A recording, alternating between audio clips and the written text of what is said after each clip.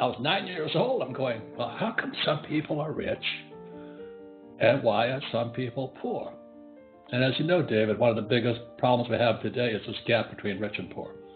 It sets up revolution. And I don't think that's a mistake. So I go to this rich kid's school and I ask the teachers, well, how do I get rich? Well, she said, you stay in school. I said, my poor dad stayed in school. He's still poor. You know how kids are. They go, ¿Qué pasa? What's happening Sure, here? yeah. So that's how the story of Rich Dad, Poor Dad started. But most people, they leave school, they have a high GPA, grade point average, but they don't have a financial statement. Strange, isn't it? What's more important, your grade point average or your financial statement? And my rich dad always said to me, because he never went to school, because my poor dad was a PhD, poor, helpless, desperate. And my rich dad said, I'm like 12 years old. He says, my banker's never asked me for my report card yet. So I wrote Rich Dad, Poor Dad, and now I wrote this book here, The Capitalist Manifesto, because capitalism starts with a financial statement. Think about it. How much income, how many expenses, assets, and liabilities. And what most people don't realize, the U.S. dollar is a liability against the taxpayer. That's why 1913, the Fed was created, and so was the IRS. Was that a mistake? Probably. I think that would be an understatement coming from you. Probably was. I mean, it really is amazing that we don't teach in public schools in the United States. We basically teach no financial literacy. I don't know if you've seen this, but Ron DeSantis in Florida just signed something where they will start making sure that you have basic financial literacy. And it's like, oh, okay, we're going to actually teach young people something rather than gender. I'm glad you say that because I'm kind of torn now between Trump and DeSantis, because Trump and I are always for financial education and all this stuff. But DeSantis is now going to start using some of our things to teach financial education in Florida. So it's changing, but we're up against the teachers' unions. They call any parent who questions academics terrorists. I mean, it's your kid. Don't you have a right to say what you teach your child? And so that's why the manifesto book here is how to combat communism taught in our schools by teaching capitalism in our schools. I mean, at home. My rich dad taught me to be a capitalist at home, not at school. I want to ask you, so because you talk about your rich dad, poor dad, obviously, do you think it was something beyond just the education that defined them in that regard?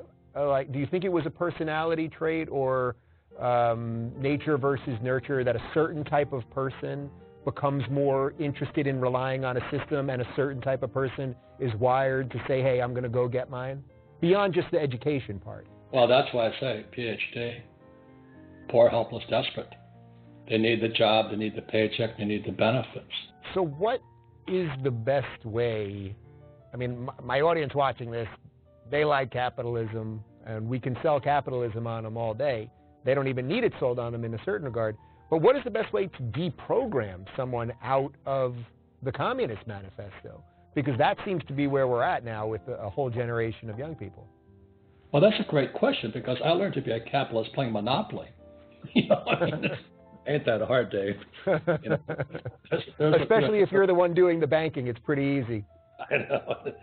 Just watch the banker's hands. Exactly. Look over there. Okay. It's pretty like sweet to be the government. Banker. But it's 4 green houses, 1031 tax deferred exchange. I was watching that, and then people kept asking me, how did my wife? She was 37, I was 47 when we retired. So how'd you guys do it? And we couldn't explain it to them because most people went to school. They learned, go to school, get a job, work hard, save money, get out of debt, and invest for the long term in the stock market. I do none of that. I don't have to do any of that.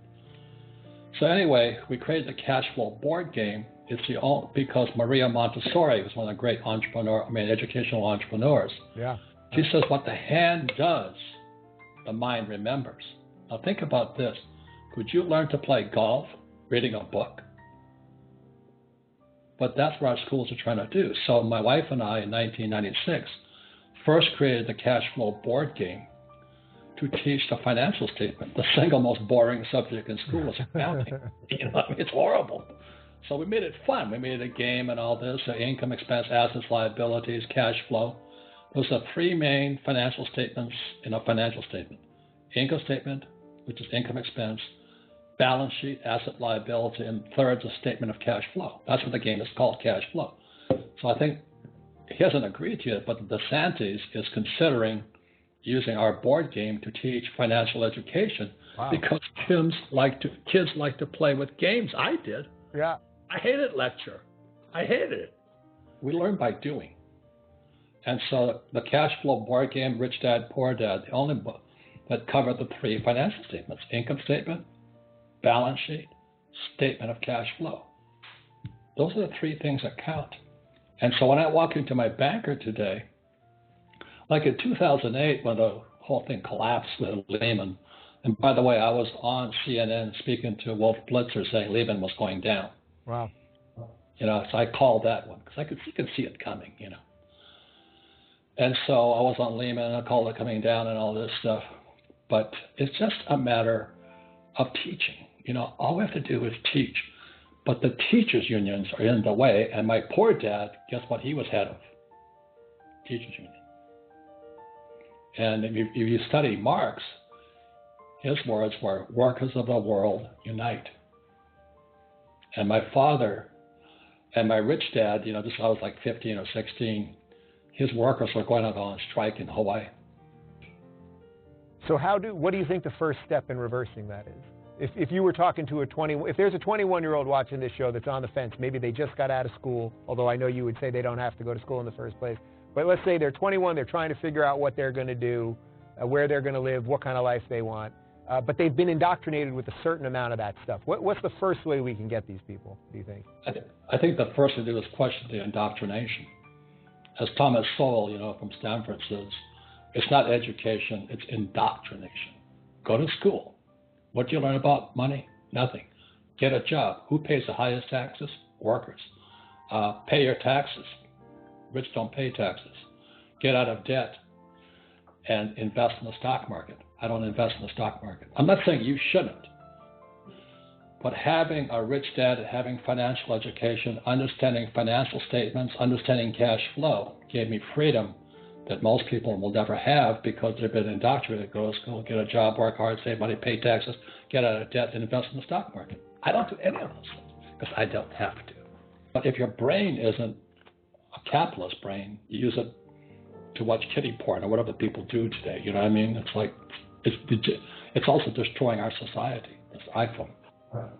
That's my concern. So that's why, I like Trump and DeSantis, and I'm voting for financial education because that's where capitalism begins. Capitalism gives us more freedom, and that's all I fight for: freedom. I met this young woman. She didn't know who JFK was. High school graduate. I can't believe. What is your education system doing? Well, I guess it's doing exactly what the teachers union wanted it to do, huh? You said it. The drone is circling your house right now. Yeah. They're always circling my house. Don't worry. So what do you think the answer? Beyond so financial literacy. So we get some young people to start paying attention to this stuff. We don't feed the system the way that we've been feeding the system. Maybe in Florida we start, doing some financial literacy stuff. But has the ship sailed with the federal government at this point?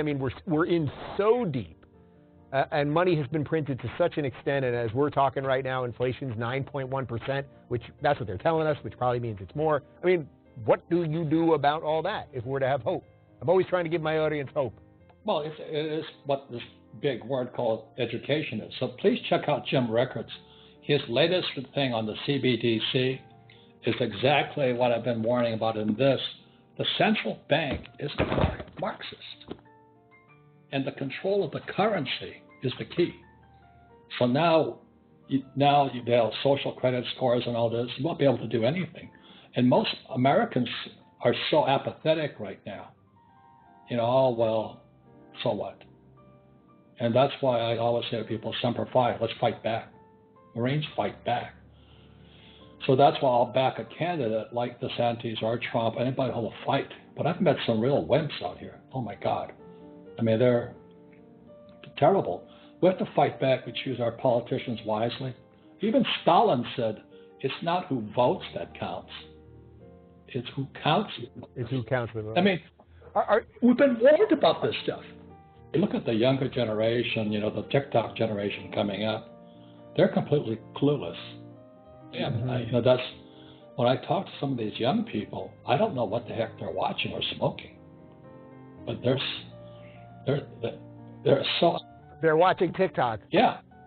And TikTok, while smoking various other things. And TikTok is a Chinese invention designed to mishmash our brains. Yeah, literally. Yeah. Literally. And so that's why I say this little iPhone here is the most powerful tool ever created. We've got to be careful with it. So I'm pumping financial education through it, but you can pump other things through it too. So we need to fight back by being selective on what we study, what we eat, who we support, who we buy from. Because money does talk, like it or not. We spend more on education than any country in the world, and we get a kid who doesn't know who JFK was. Oh my God. I'm crazy. What are we doing? Yeah, I'm unapologetically a capitalist, but I want my freedom. Don't you touch my freedoms. You want to eat hamburger? Knock yourself out. You want to eat cat food? Knock yourself out.